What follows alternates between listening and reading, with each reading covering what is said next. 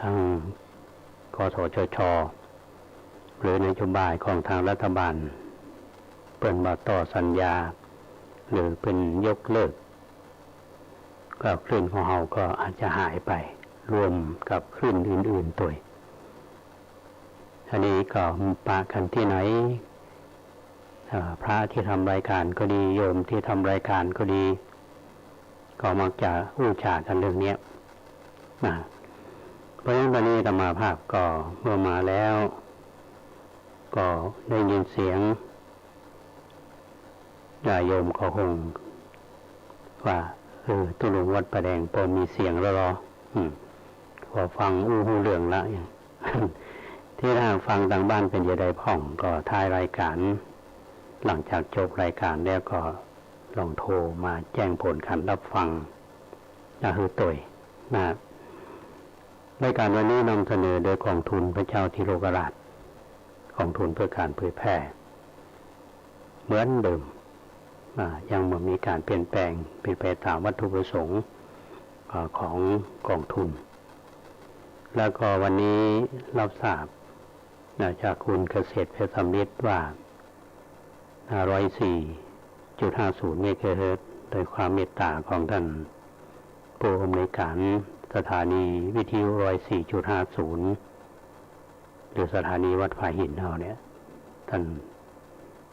พระครู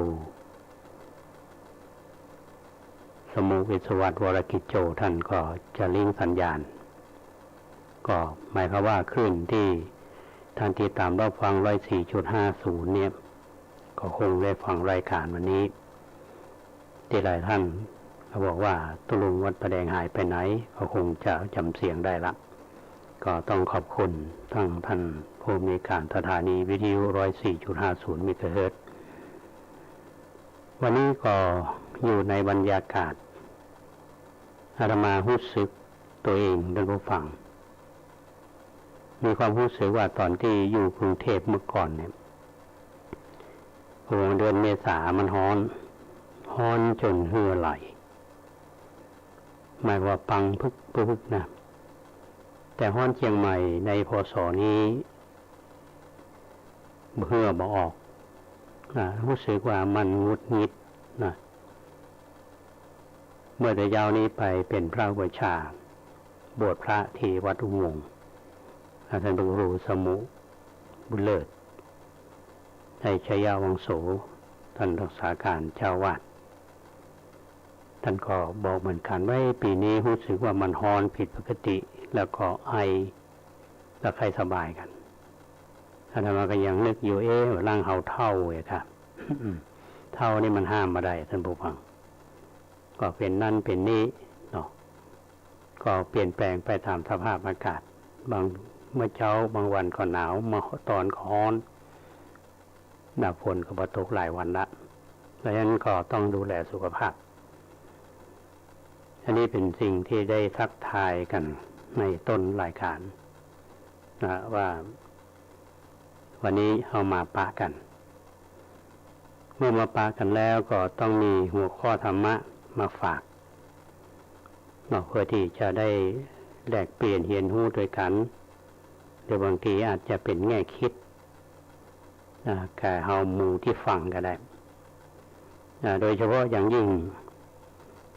สังคมโลกปัจจุบันเนี้ยเฮาได้รับการสื่อสารกันหลายช่องทางยิ่งทุกวันนี้เทคโนโลยีมีความก้าวหน้าทุกเพศทุกวัยเข้าถึงสื่อบอกว่าจะเป็นสื่อออนไลน์สื่ออะไรอย่างต่างๆเนี่ยแต่เมื่อก่อนเขาจะไปคิดว่าเขาจะได้ฟังเพลงจากมือถือจะได้ฟังข่าวจากมือถือหรือว่าจะได้ฟังซอจากมือถือตรงนี้จ้างซอมันก็ไลฟ์สด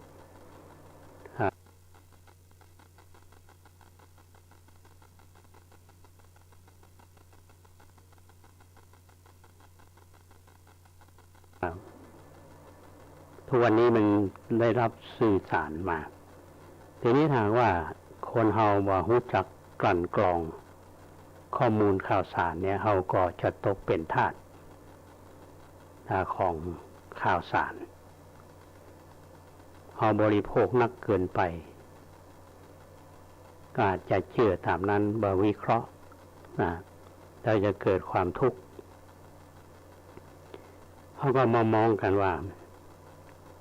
ในโลกสังคมปัจจุบันเนี่ยเราอยู่โลกใบนี้มีสิ่งหนึ่งนั่นก็คือสิ่งที่มากระทบเราที่เราเข้าใจกันว่าเป็นโลกธรรมหรือว่าธรรมประจำโลกอย่างพ้องยามเราได้อย่างมาเราก็ดีใจมีลาภก็ยินดีกันถ้าเสื่อมลาภเราก็เป็นทุกข์กันได้ยศได้ศักดิ์ได้เลื่อนชั้นได้เลื่อนตำแหน่งได้เลื่อนเงินเดือนก็พอใจแฮปปี้เรียกว่าถ้าตรงกันข้ามเนี่ยเราถูกลดขั้นเงินเดือนก็ดีหรือว่าขั้นเงินเดือนบ่ขึ้นก็ดีหรือว่าอย่างน้อยเงินเดือนเนี่ยปีเป็นก็ต้องเลื่อนละ1ขั้นถ้าได้เกินขั้นนี้ก็ต้องพิจารณาละบางคนเป็นให้เป็นหุยเวลาประเมินขึ้นขั้นเงินเดือนมาได้เนี่ยก็เป็นทุกข์เหมือนกันอันนี้คือเสื่อมลาภมานี่ก็คือคู่กันนินทากับสรรเสริญถ้าหากว่าเพิ่นยกย่องเขาอย่างในช่วงนี้ท่านผู้ฟังเราจะได้ยินข่าวสารว่าโดยเฉพาะในภาคเหนือเราเนี่ยข่าวขึ้นของเรานี่ก็ออกข่าวก็คือบรรดาพระเจ้าประสงค์ที่ได้ทำงานพระศาสนามาได้รับพระมหากรุณาธิคุณจากในหลวงท่านก็เลื่อนสมณศักดิ์คือท่านที่ได้เลื่อนทุกวันนี้เป็นพระราชอำนาจของพระองค์ท่านบางโลกเป็นทุเจ้าอยู่ในป่าบนไปขุดออกมาบางทีเป็นแค่พระธรรมดาเป็นพระอธิการเป็นทุเจ้าธรรมดาเนี่ยบ่มีสมณศักดิ์อะไรอย่างก็ได้เลื่อนเป็นชั้นราชชั้นเทพไปลูกศิษย์ลูกหาก็ดีอกดีใจตัวท่านก็ดีใจเพราะฉะนั้นในช่วงของวันที่7 เมษายนเนี่ยภาคเหนือเฮาตัวเจ้าที่ได้เลื่อนสมณศักดิ์ก็จะได้เข้ารับสัญญาบัตรพัดยศและไตรพระราชทานที่วัดพระธาตุเจ้าสี่ชมตองไว้ลูกศิษย์ลูกหาที่มีครูบาอาจารย์ได้เลื่อนสมณศักดิ์ก็ต้องไปรับต้องแห่แล้วเขาก็ต้องแสดงมุทิตาจิตกันอันนี้คือไดยศทุกเจ้าเขาบางทีมีเหตุการณ์บางเรื่องบางราวอาจจะถูกถอดยศอย่างที่เป็นข่าวมีพระมหาเถระ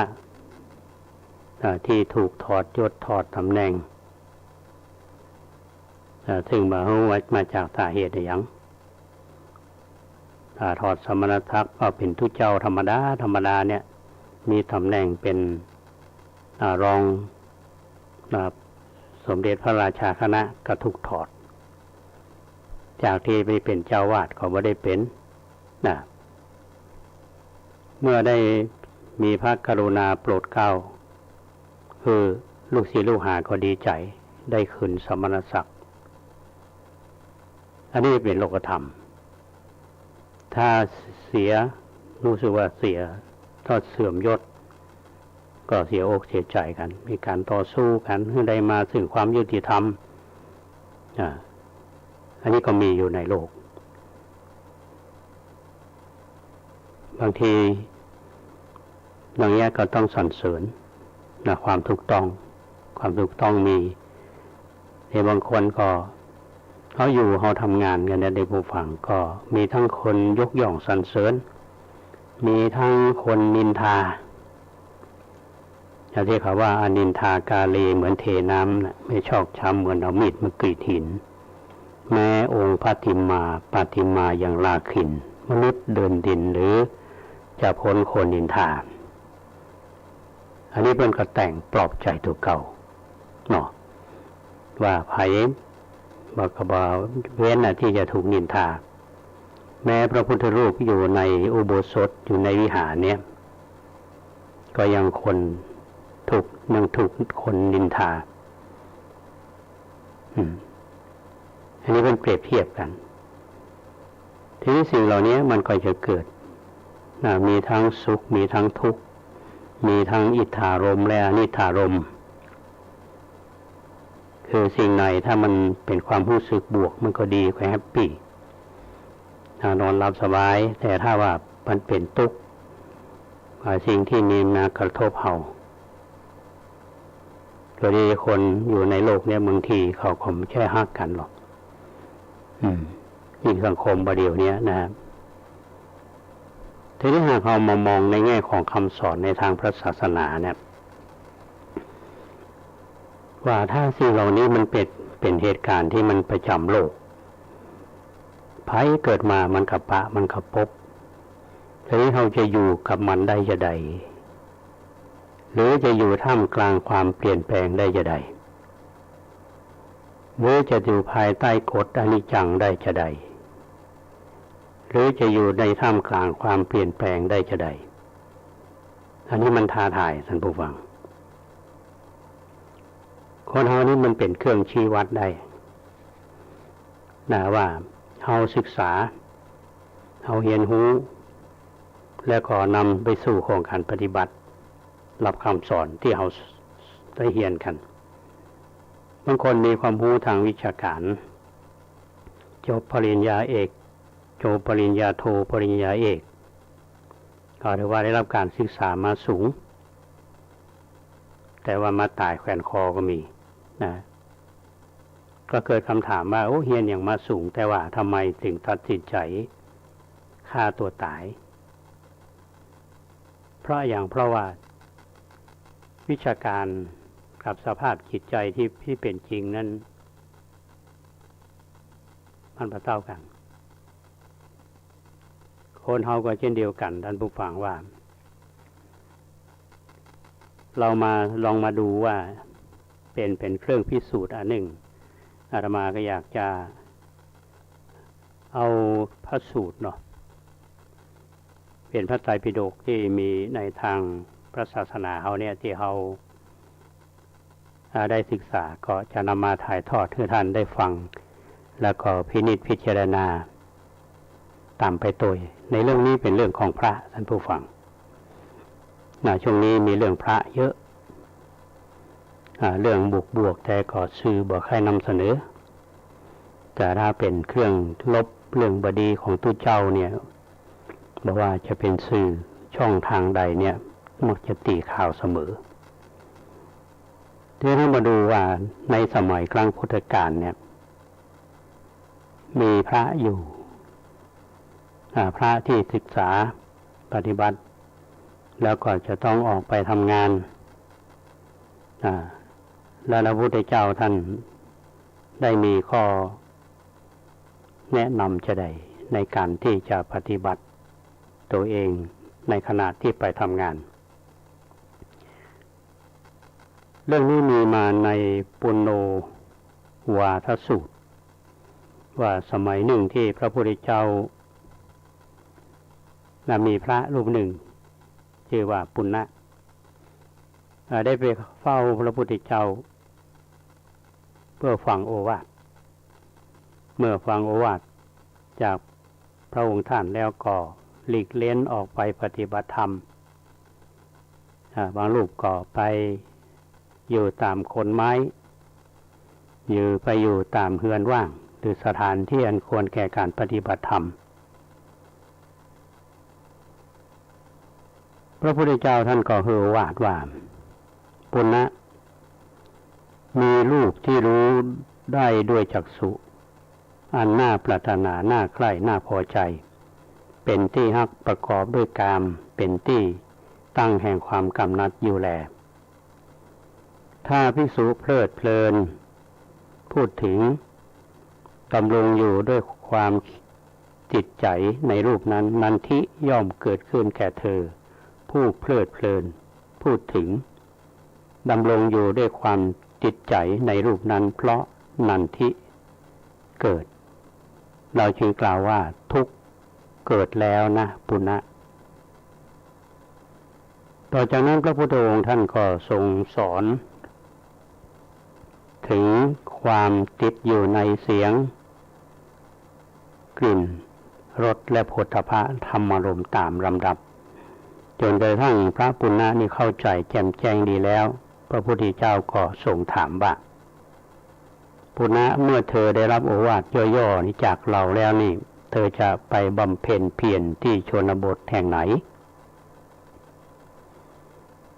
กระผมจะไปสู่สุนาปรันตปะชนบทขอรับท่านปุณณะได้กราบทูลปุณณะชาวสุนาปรันตะเนี่ยดุร้ายหยาบช้านักถ้าเขาด่าเธอแล้วเธอจะทำยังไงถ้าเขาด่ากับผมจะทำใจไว้ว่ายังดีที่เขาไม่ตีด้วยฝ่ามือถ้าเขาตีด้วยฝ่ามือละปุณณะ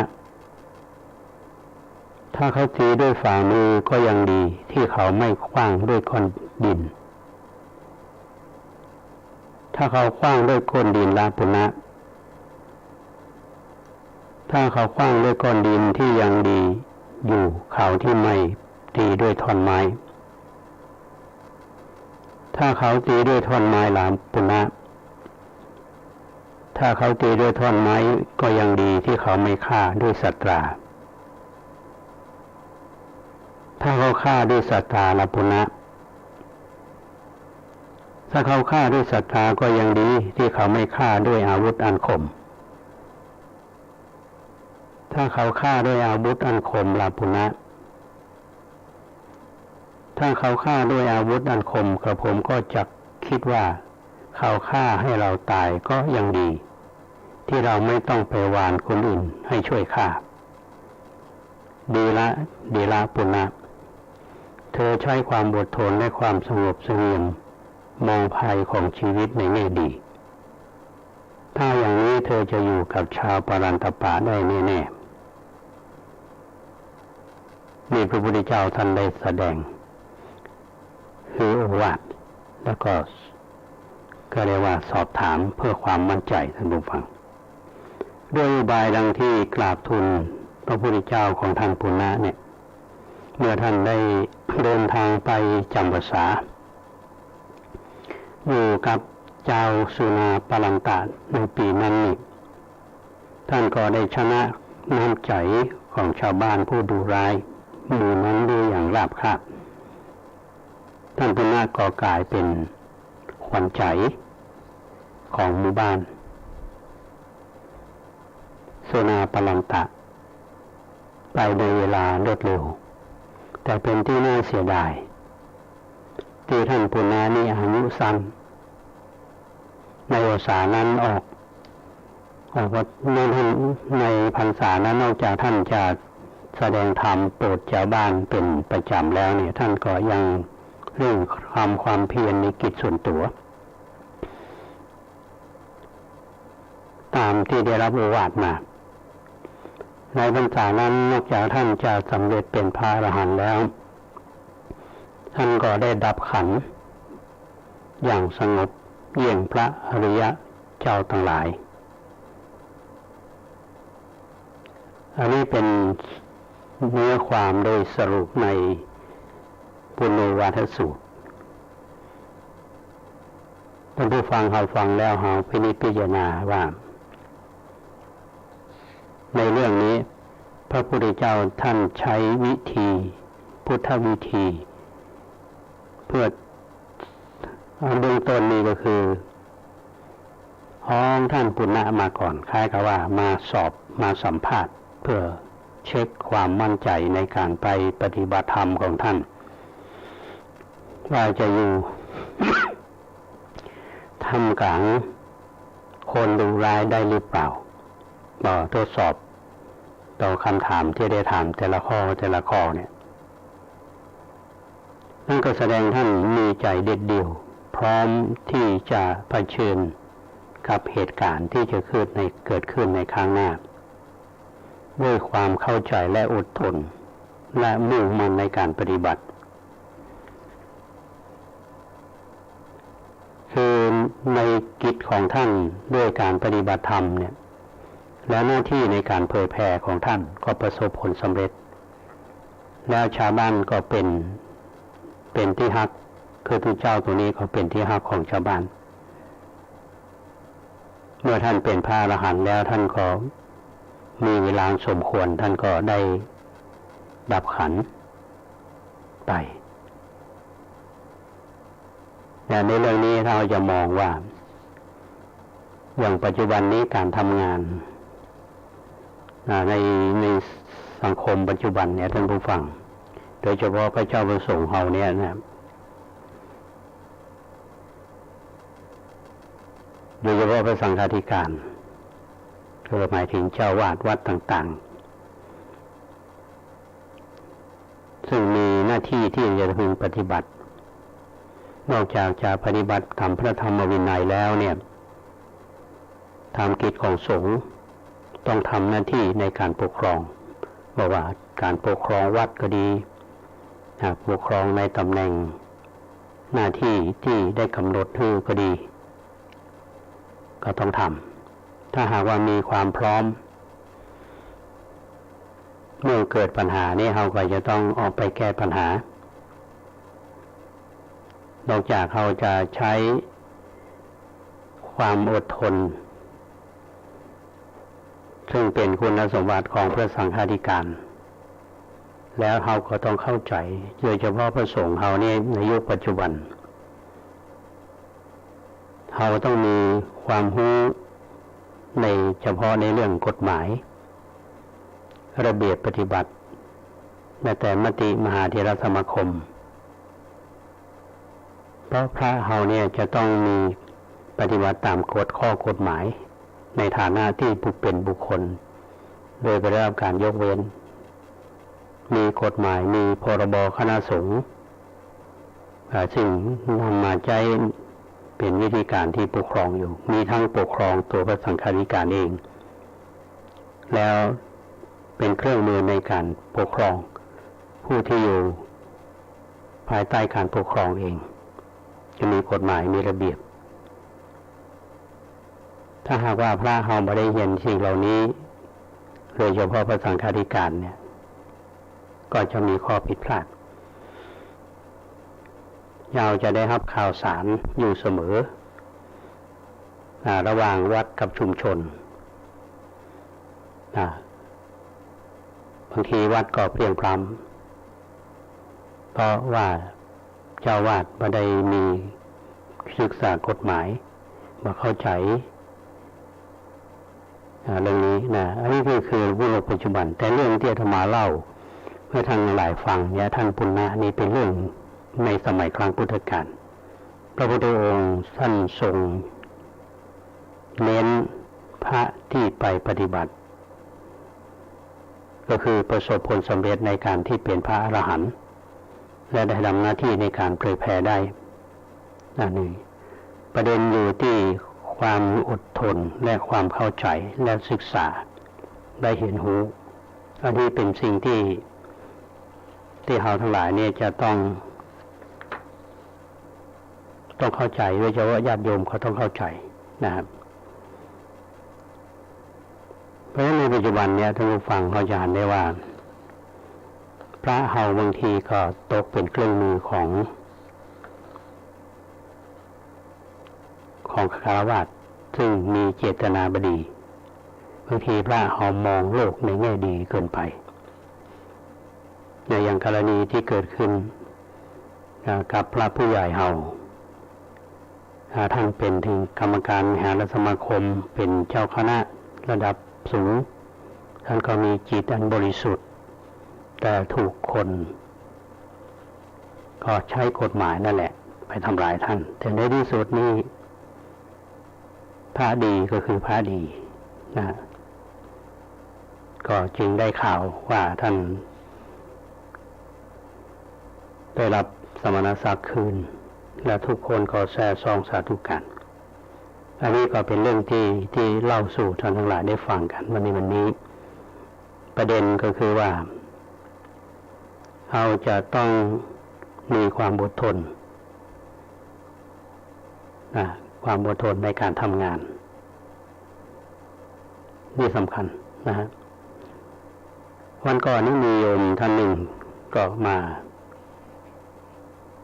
อุจากันเพิ่นก็เป็นคนที่ทำงานเพื่อสังคมก็บ่ได้หวังผลประโยชน์ในหยังมีความเสียสละในการที่จะเข้าไปช่วยในกิจกรรมของทางพระศาสนาบางทีก็ถูกคนนินทาว่าร้ายเนาะในบางครั้งอารมณ์ในฐานะที่เป็นปุถุชนเนี่ยก็กวัดแกว่งหวั่นไหวเหมือนกันแต่ว่าในที่สุดนั่นก็ยืนสู้กับปัญหาสู้กับความถูกต้องนะด้วยความสบายใจได้แต่ถ้ากรรมมาปะกันท่านผู้ฟังจะมีข่าวสารทางคณะสงฆ์มาเล่าสู่ท่านทั้งหลายได้ฟังกัน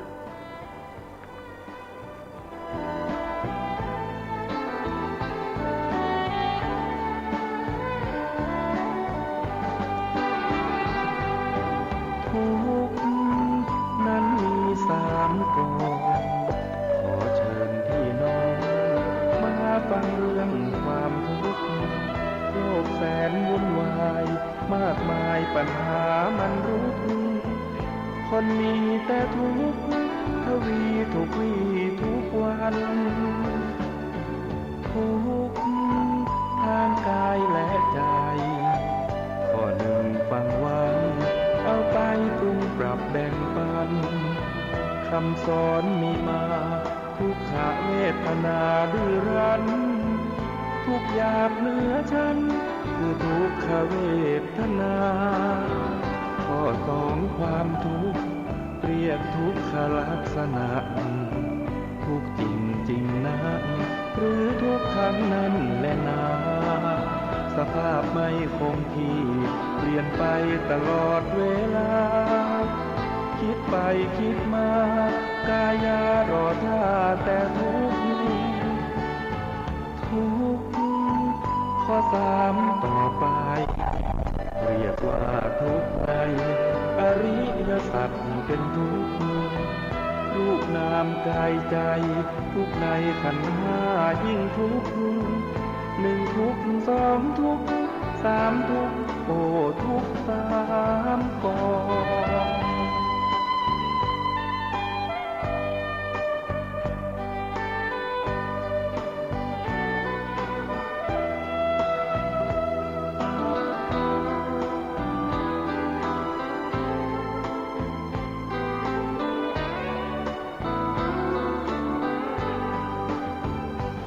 สองความทุกข์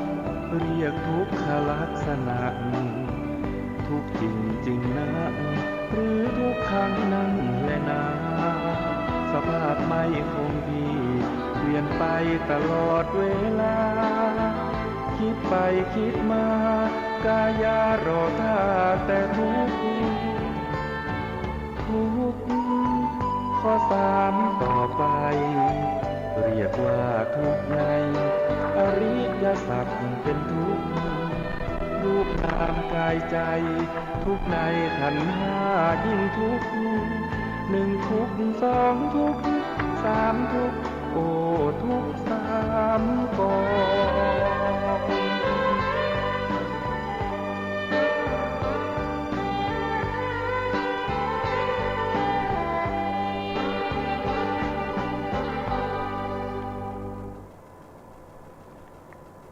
ท่านผู้ฟังกำลังฟังรายการร่มโพ จากสถานีวิทยุสาธารณะจังหวัดเชียงใหม่ FM 92.25 เมกะเฮิรตซ์อาตมาภาพพระครูโคสิทธิ์ปริยัตยพรอยู่กับท่านผู้ฟังในการร่วมโพของเรานั้นนอกจากเขาจะมีสาระเป็นธรรมะที่ท่านฟังแล้วก็มีข่าวสารโดยว่ากิจกรรมของวัดต้องของชุมชนพ่องของหน่วยงานที่เราทำงานร่วมกันพ่องมานำเสนอในรายการเป็นการบริการสาธารณะแต่นั้นผู้ฟังวิทยุคลื่นของเราเนี่ยอาจารย์ว่าเราบ่มีโฆษณาเรามีสปอนเซอร์โยมหลายท่านบอกว่ารายการวิทยุที่อาตมาจัดเนี่ยได้รับการสนับสนุนจากไผสำนักงานพระพุทธศาสนาเพิ่นให้งบประมาณก่อหรือว่าทางคณะสงฆ์เพิ่นให้งบประมาณมาดำเนินการก่ออาตมาบอกว่าวัดทุกวัดที่มีการจัดตั้งสถานีวิทยุเพื่อเผยแพร่ข่าวสารของทางศาสนาสู่พี่น้องท่านผู้ฟังเนี่ยก็มาจากเงินวัดนั้นๆตามว่าเงินวัดนั้นๆนี่มาจากไหนก็มาจากญาติโยมมาในรูปแบบไหนบางวัดเพิ่นก็มีการทอดผ้าป่าแล้วมีการทอดกฐินหรือบางท่านก็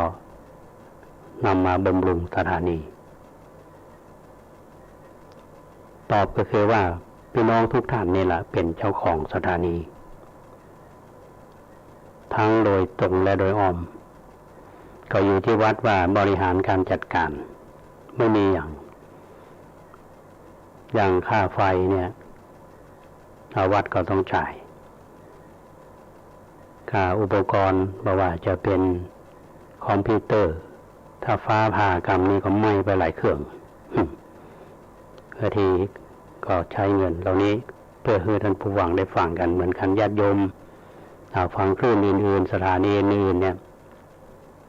มันเป็นยังไงดักแซบไปหรือวิทยุเสียเมื่อกี่วันนี้เพิ่นก็จะถามกันอันนี้คือการแสดงความเป็นเจ้าของเพราะฉะนั้นพี่น้องชาวพุทธเฮาทุกท่านที่ติดตามรับฟังรายการวิทยุทุกสถานีแล้วเราก็อยู่ภายใต้ข้อกฎหมายวิทยุเฮาเนี่ยซึ่งกสทชเนี่ยซึ่งเป็นหน่วยงานของทางรัฐบาลที่เป็นดูแลอยู่คลื่นวิทยุไม่ว่าจะเป็นคลื่นจากวิทยุหลักก็ดีวิทยุชุมชนก็ดีเนี่ยมันมีกฎหมายที่จะเข้ามาดูแลอยู่อย่างวิทยุของเฮาเนี่ยก็เป็นวิทยุประเภทชุมชนแหละเป็นบริการสาธารณะ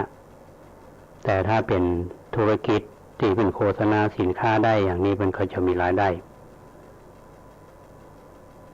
แล้วจะไปถามว่าคนที่ดำเนินรายการเนี้ย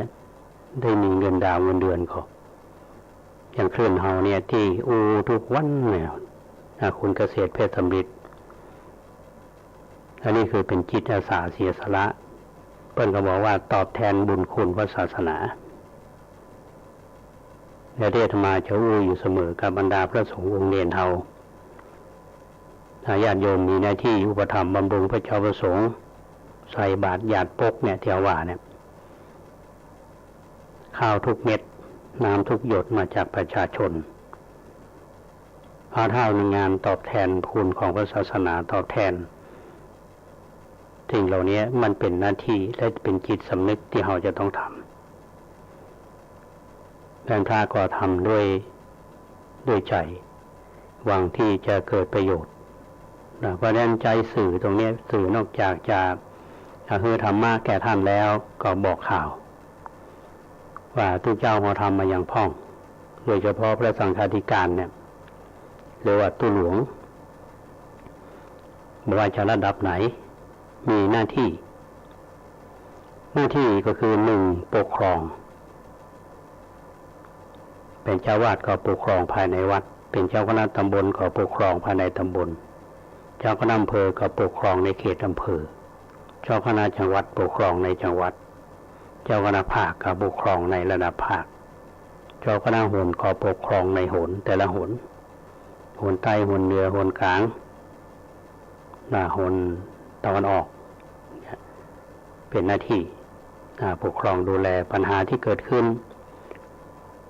ที่ดูแลอยู่เพื่อนก็เข้าไปเป็นอำนาจหน้าที่ที่จะต้องดำเนินการงานการศึกษาพระสงฆ์องค์เนรเราจะต้องห้ำเฮียนศึกษาพระธรรมวินัยเพื่อที่จะนำไปสู่การปฏิบัติขัดเกลาถ้าเป็นแผนกปริยัตินี่ว่าจะเป็นนักธรรมแผนกนักธรรมก็ดีแผนกบาลีก็ดีหรือว่าจะเรียนในเรื่องของกรรมฐานก็ดีอันนี้เป็นเรื่องของการศึกษาสาธารณูปการก็คือเรื่องของการก่อสร้างอย่างก่อสร้างอย่างทุกเจ้าเฮานี่อยู่วัดถ้าแปลงนักชาวบ้านก็ว่าเหมือนกันถ้าบอกแปลงอยู่วัดมาได้โคนพืชหายใจคว้างไปวันๆนั่นชาวบ้านเขาก็ว่าทุกเจ้า วันทุกเจ้าก็สร้างในสิ่งที่เหมาะสมเหมาะควรอันนี้เป็นหน้าที่นอกจากนั้นก็ยังมีเรื่องการศึกษาสงเคราะห์คือทุนการศึกษาให้กับภิกษุสงฆ์สามเณรคือทุนการศึกษาให้กับเยาวชนแล้วนั้นก็มีเรื่องสาธารณสงเคราะห์ทำเป็นหน้าที่โดยหลักเป็นประมาณ6อย่างที่เราต้องพึงปฏิบัติและจะต้องทำในหน้าที่ที่กำหนดอยู่ในกฎหมายโดยเฉพาะในพรบคณะสงฆ์อำนาจหน้าที่ของเจ้าวาดเนี่ยจะมีอยู่ในมาตราที่37กับ38เป็นฮื้ออำนาจฮื้อหน้าที่และอำนาจเอาไว้กฎหมายคืออำนาจเพราะฉะนั้นเจ้าวาดก็เป็นเจ้าพนักงานวัยวัจกรก็เป็นเจ้าพนักงานถ้าหากว่าเจ้าวาดละเลยต่อหน้าที่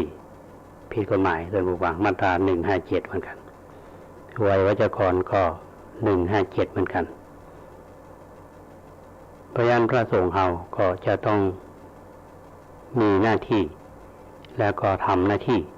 แล้วปฏิบัติตามหน้าที่และญาติโยมมีส่วนสนับสนุนอันนี้ก็เป็นบุญเป็นกุศลโดยเฉพาะอย่างธรรมาภาพในวัดประแดงเฮาเนี่ยท่านผู้ฟังคงจำได้ตั้งแต่ปี62มานี่เขาคิดกันว่าจะบูรณะบันไดนาคทางคณะวิศวกรรมศาสตร์มหาวิทยาลัยเชียงใหม่คณะสถาปัตยกรรมศาสตร์มหาวิทยาลัยเชียงใหม่เพื่อนก็คือการสนับสนุนพอช่วง63-64ช่วงนั้นเกิดโควิดแล้วเรามาเริ่มบูรณะบันไดนาคกันเนี่ยเกือบจะวันที่4ตุลา2564เกือบจะสิ้นปีละเขาบูรณะบันไดนาคทำกำแพงทางต่างรุ่มทางตำบลวัดมาถึงต้นปีก็ประมาณเดือนเมษายน2565แล้วก็ทำกำแพงอย่างก็ยังบ่เรียบร้อยดีแต่ที่เรามองกันว่าปัจจุบันนี้มันมีสิ่งที่เราจะต้องทำก็เลยมีการปรึกษาหารือกันในส่วนของคณะกรรมการวัดเฮาเรียกว่ากรรมการบริหารวัดซึ่งก็ประกอบไปด้วยกับผู้นำชุมชนและกรรมการวัดเฮาตัวแทนเราเมื่อวันที่24มกราคม2566ที่ผ่านมาเนี่ยเรามองเห็นว่าพื้นที่บนวัดของเราเนี่ยควรจะมีการรื้อถอนสิ่งปลูกสร้างบางรายการนั้นออกไปแล้วก็ทำใหม่เราได้รื้อโรงครัวแล้วก็ไปทำโรงครัวใหม่เสร็จสับเรียบร้อยแล้ว แล้วก็ห้องเก็บของแล้วเขาก็ทำห้องเก็บของก็เรียบร้อยแล้วซึ่งขณะนี้กำลังซ่อมแซมศาลาบำเพ็ญกุศลซึ่งก็สร้างมา10,000ละก็กำลังมุงหลังคาอยู่หลังเสร็จจากนี้เราก็จะมีการเปลี่ยนกระเบื้องห้องน้ำคิดว่าคงจะสำเร็จต่ออย่างช่วงนี้จะมีการก่อสร้างที่วัดเถาหลายท่านที่ขึ้นมาก็จะเห็นความเปลี่ยนแปลงและบางท่านก็มาร่วมทำบุญอันนี้เป็นกำลังคือท่านเข้าใจก็ลงมาทำบุญตามกำลังศรัทธาทีนี้เมื่อวันที่6 มีนาคม 2566ที่ผ่านมานี้วันวิสาขบูชาเขาก็ได้วางศิลาฤกษ์ศาลาพระเจ้าติโลกราชซึ่งได้วางศิลาฤกษ์ไปและเมื่อวันที่16 มีนาคมที่ผ่านมานี้ทางคณะสถาปัตยกรรมศาสตร์มหาวิทยาลัยเชียงใหม่นำโดยท่านรองศาสตราจารย์ดร.ชันนรงค์ศรีสุวรรณอาจารย์ประจำวิชาประจำคณะสถาปัตยกรรมศาสตร์มหาวิทยาลัยเชียงใหม่พร้อมทีมงานก็มาประชุมกันพระอาตมาได้ทำหนังสือ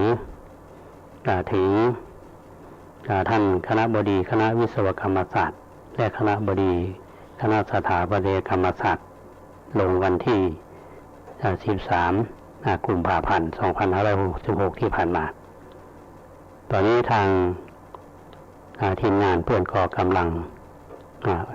ดำเนินการในการออกแบบซึ่งจากการได้ประชุมกันในแนวคิดมีความคิดความหลากหลายในฐานะที่ทางวิชาการก็ดีในทางแง่ของการออกแบบด้านสถาปัตยกรรมก็ดีเราจะเน้นเรื่องสถาปัตยกรรมแบบล้านนาเพราะฉะนั้นออกแบบมาแล้วทุกคนก็จะนำมาเสนอให้ทางวัดโดยคณะกรรมการวัดบรรดาพระภิกษุสงฆ์อุตมเณรร่วมกันพิจารณาแล้วก็พูดถึงผังของวัดจากการที่ทีมงานในการวิจัย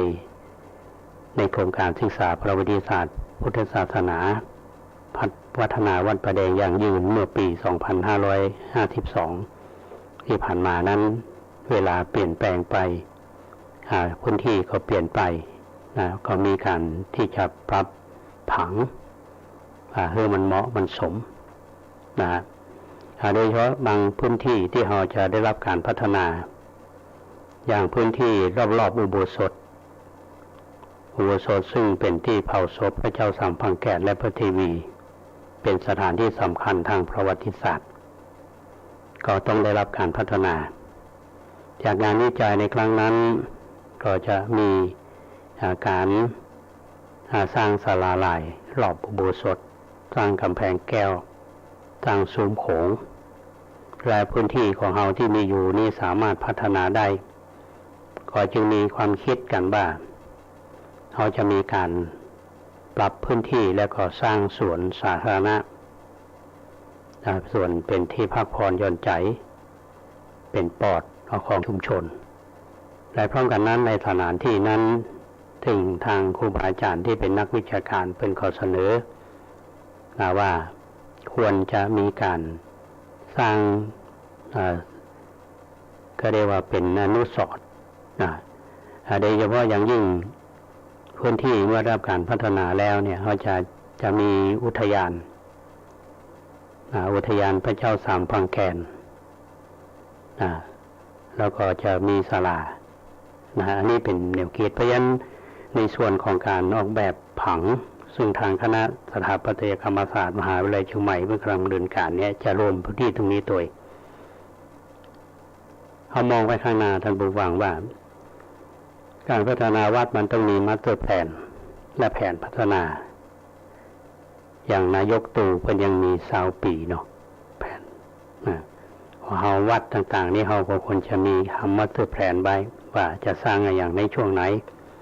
และสิ่งที่สร้างมาเนี่ยมันปลูกจิตสำนึกของคนที่อยู่ในปัจจุบันไหมหรือประวัติศาสตร์ที่ ที่เราเรียนรู้กันเนี่ยมันจะกระตุ้นให้เราได้มีสำนึกรักในท้องถิ่นแล้วก็สำนึกในบุญคุณที่ท่านได้ทำประโยชน์แก่ชุมชนแก่วัฒนธรรมในอดีตอันนี้เป็นเรื่องที่เราคิดกันนะว่าสิ่งที่จะเป็นประโยชน์จะต่อยอดไปเนี่ยเป็นสิ่งที่เราท่านทั้งหลายเนี่ยจะต้องช่วยกันนะทั้งบรรดาพระเจ้าประสงค์บรรดาญาติโยมซึ่งเป็นที่ยินดีว่าหลายๆท่านเนี่ยท่านก็หันตัวในการพัฒนานะทางนักวิชาการด้านพุทธศาสนาทางด้านนักประวัติศาสตร์นะอันนี้เป็นเรื่องที่เราในฐานะที่เราอยู่ในยุคปัจจุบันเราต้องมองไปข้างหน้านะว่าในตราบใดที่เรายังมีลมหายใจยังมีชีวิตอยู่นี้คิดทำมาอย่างที่เป็นประโยชน์ก็คือกับพระศาสนาแก่ชุมชนและแก่บ้านเมืองแก่ประเทศชาติเป็นสิ่งที่เราจะต้องตระหนักก็จึงมาเล่าสู่ท่านทั้งหลายได้ฟังกันเมื่อวันก่อนเนี่ยท่านดร.บุญดินเกตซึ่งเป็นอาจารย์อาวุโสผู้ก่อตั้งวิทยาเขตเชียงใหม่แล้วก็เป็นอาจารย์ประจำคณะมนุษยศาสตร์มหาวิทยาลัยเชียงใหม่เพิ่นก็มีความกระตือรือร้นและเพื่อขอแนะนำมันเป็นประโยชน์แก่ธรรมภาควันนี้ก็ต้องขอบคุณและอนุโมทนากับอาจารย์ดร.บุญดินเกตถึงแม้ว่าท่านจะอายุนักแล้วท่านก็มีวิสัยทัศน์และให้กำลังใจในการทำงานให้ข้อแนะนำและก็ยังหวังเป็นอย่างยิ่งว่าท่านผู้ฟังที่ติดตามรับฟังรายการของวิทยุ192.25เขาเนี้ยโดยเฉพาะรายการที่อาตมาทำอันนี้ต้องการความเห็นข้อเสนอแนะอันเป็นประโยชน์หรือว่าจะเป็นสื่อกลางจะเป็นกัลยาณมิตรในการที่จะมาร่วมการทำงานให้คำแนะนำหวังใจเป็นอย่างยิ่งว่าคงจะได้รับความเมตตาจากท่านผู้รู้ทางด้านประวัติศาสตร์ทางด้านพุทธศาสนามายังธรรมภาพก็ยินดีที่จะรับฟังหลังจากที่ทางคณะทำงานคณะสถาปัตยกรรมศาสตร์เพิ่นไปทำผังแล้วเพิ่นก็จะนำมาเสนอคือทางคณะกรรมการวัดเฮาได้ดูและมีความคืบหน้าประการใดธรรมภาพก็จะได้นำมาเล่าสู่ในรายการร่มโพของเฮาหรือว่าในสื่อของวิทยุของเฮาก็ต้องขอบคุณและอนุโมทนากับญาติโยมที่ได้ร่วมทำบุญมากันหลายท่านดังที่คุณเกษตรเพชรสำลิดได้ประกาศอนุโมทนาไปอยู่2ช่วงละก็มีญาติโยมที่มาทำบุญร่วมกันหลายท่านเมื่อวันพระก่อนคุณแม่สุนทรีสันทนวิจิตรพร้อมลูกหลานเปิดเข้ามาร่วมทำบุญ 2,000 บาทคุณแม่สุนทรีสันทนวิจิตรเนี่ยถือว่าเป็นโยมที่ให้ความอุปถัมภ์วัดประแดงเฮามาตั้งแต่ธรรมาภาพมาอยู่วัดประแดงตั้งแต่ปี 2542คุณแม่พร้อมทั้งหลายท่านมีแม่ปิ่นแม่ปิ่นทองโภคทรัพย์คุณแม่สมพรโอภาสพันธ์ตั้งแต่เริ่มต้นมาละจนถึงวันนี้เพิ่นก็ยังทำบุญกับวัดประแดงด้วยการสนับสนุนขออนุโมทนาและทำท่านหนึ่งคือคุณโยมสุจิตราบุญจุปันเป็นอยู่กรุงเทพอยู่กับลูกก็สอบถามผ่านมาทางคุณแม่ทองเหรียญทิพย์กนกบอกว่าวัดประแดงเฮามีทำบุญในอย่างพ้องเพิ่นก็บอกว่ามีการสร้างศาลาพระเจ้าจิโรปราชเพิ่นก็ห้อมทำบุญมา200 บาทอันนี้เพิ่นอยู่กรุงเทพเนาะก็ต้องขออนุโมทนามาณโอกาสนี้สำหรับงานของคณะสงฆ์ที่จะมีวัน2 วันเนี้ยท่านผู้ฟังอย่างวันพรุ่งนี้อาตมาภาพก็จะไปฉลองศรัทธาของท่านพระมหาสมบัติท่านเจ้าวาดวัดผาบ่องเปิ่นก็นิมนต์พระเถระ ไปเจริญพุทธมนต์สืบชะตาในโอกาสที่ท่านมีอายุครบ60 ปีตัวแล้วก็มีการฉลองตาตั้งเจ้าคณะตำบลตัวก็เป็นทำบุญมาวันนี้ก็มีการสวดมนต์ตรวจมนต์ตันวันนี้นะตอนแมลงเนี่ยที่วัดพะบองแล้ววันที่28นี้ที่วัดปากน้ำเขตภาษีเจริญพระเดชพระคุณท่านเจ้าคุณพระเทพปริยัติท่านได้รับการแต่งตั้งเป็นที่ปรึกษาเจ้าคณะภาค7แล้วก็พระเดชพระคุณท่านเจ้าคุณพระราชรัชมุนีได้รับการแต่งตั้งเป็นรองเจ้าคณะจังหวัดเชียงใหม่พระเดชพระคุณท่านเจ้าคุณพระราชโพธิวรคุณวัดพระธาตุดอยเกตก็ได้รับการแต่งตั้งเป็นรองเจ้าคณะจังหวัดก็จะเข้ารับตราตั้งก็น่าจะจากเจ้าคณะใหญ่หุ่นเหนือที่วัดปากน้ำพอมาวันที่29เวลาประมาณบ่ายโมงพระเถระที่ได้รับการแต่งตั้งเป็นที่ปรึกษาเจ้าคณะภาค7ก็ดีเป็นรองเจ้าคณะจังหวัดก็ดีรองจังหวัดเชียงใหม่ก็ดีรองจังหวัดลำพูนก็ดีเพิ่นก็จะมาร่วมฉลองเนื่องการถวายการต้อนรับที่วัดพระสิงห์วรมหาวิหารวันนั้นก็นอกจากจะมีการถวายการต้อนรับแล้วพระเดชพระคุณท่านเจ้าคุณพระพรหมเสนาบดีท่านเจ้าคณะภาค7กรรมการมหาเถรสมาคมวัดปทุมมคงคาจะได้มอบตาตั้งผู้รักษาการแทนเจ้าคณะจังหวัดคือพระเดชพระคุณท่านเจ้าคุณพระเทพมังคลาจารย์รองเจ้าคณะจังหวัดท่านได้รับความไว้วางใจจากคณะสงฆ์ขึ้นมาเป็นผู้นำเพราะว่าหลวงพ่อพระเทพปริยัติมีอายุครบ80 ปีก็ไม่ว่าเกษียณอายุละตัวเจ้าเกษียณอายุ80 ปีท่านผู้ฟังและนอกจากนั้นวันนั้นนี้ก็จะมีการมอบตาตั้งผู้รักษาการแทนเจ้าคณะอำเภอเมืองเชียงใหม่จากการที่พระเดชพระคุณท่านเจ้าคุณพระราชรัชมุนีซึ่งเป็นได้รับการแต่งตั้งเป็นรองเจ้าคณะจังหวัดตอนนั้นท่านเป็นเจ้าคณะอำเภอเมืองคณะสงฆ์ก็ได้มีความไว้วางใจแต่งตั้งพระเดชพระคุณท่านเจ้าคุณพระภาวนาธรรมาภิรัตน์เจ้าวาดวัดลำปึงเป็นรักษาการเจ้าคณะอำเภอเมืองแล้วก็แต่งตั้งท่านพระครูมงคลศิลวงศ์วัดสารคามรังสรรค์เป็นรักษาการผู้รักษาการเจ้าคณะอำเภอดอยสะเก็ดแล้วก็จะมีการแต่งตั้งมอบตาตั้งแก่ที่ปรึกษาเจ้าคณะตำบลก็หลายท่าน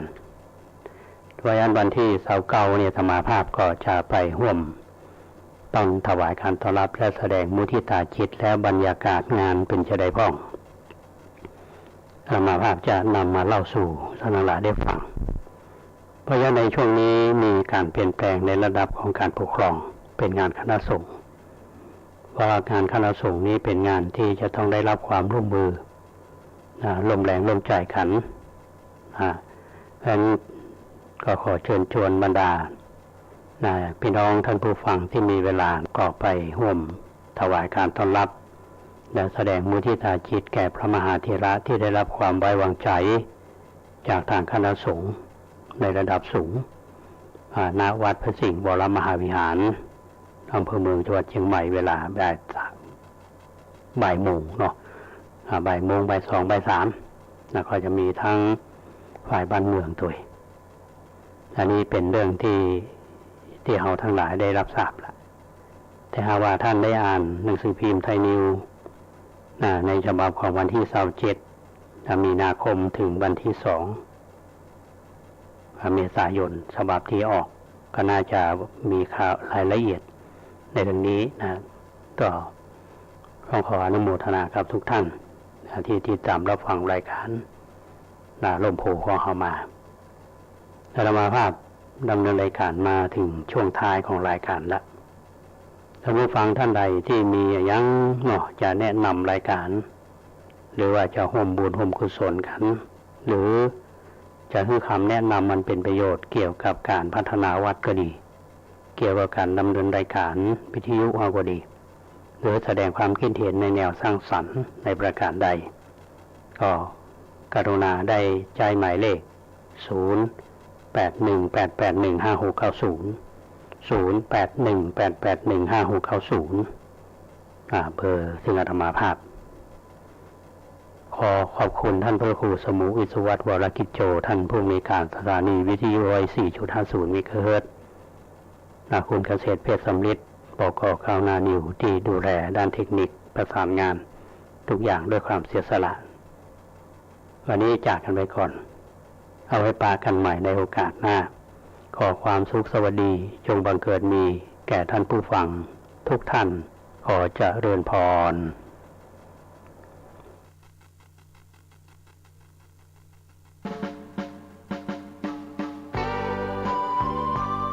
ว่าจากการติดตามสภาวะอากาศกับกรมอุตุนิยมวิทยาซึ่งมีประกาศฉบับที่ 2แจ้งว่าบริเวณความกดอากาศสูงกำลังปานกลางจากสาธารณรัฐประชาชนจีนจะแผ่ลงมาปกคลุมภาคตะวันออกเฉียงเหนือและทะเลจีนใต้ขณะที่ประเทศไทยมีอากาศ